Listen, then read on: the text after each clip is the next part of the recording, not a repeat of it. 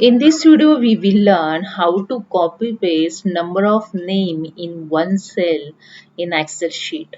So let's start. This is my Excel sheet. I have here 5 names. So I'm going to paste this cell, paste this all 5 name in one cell. So let's start. Go to the home tab. Here you see the clipboard option. Just click on this arrow, the clipboard is open. Now select this file name and press the Ctrl C to copy this name.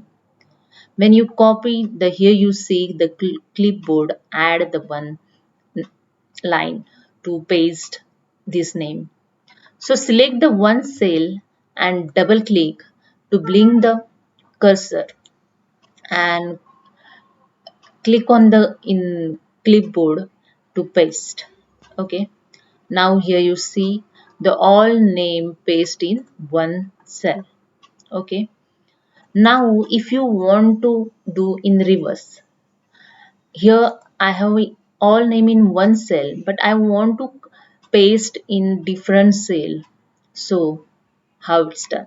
So first select the full name, don't copy to select the cell, select the all name by mouse and press the Ctrl C to copy.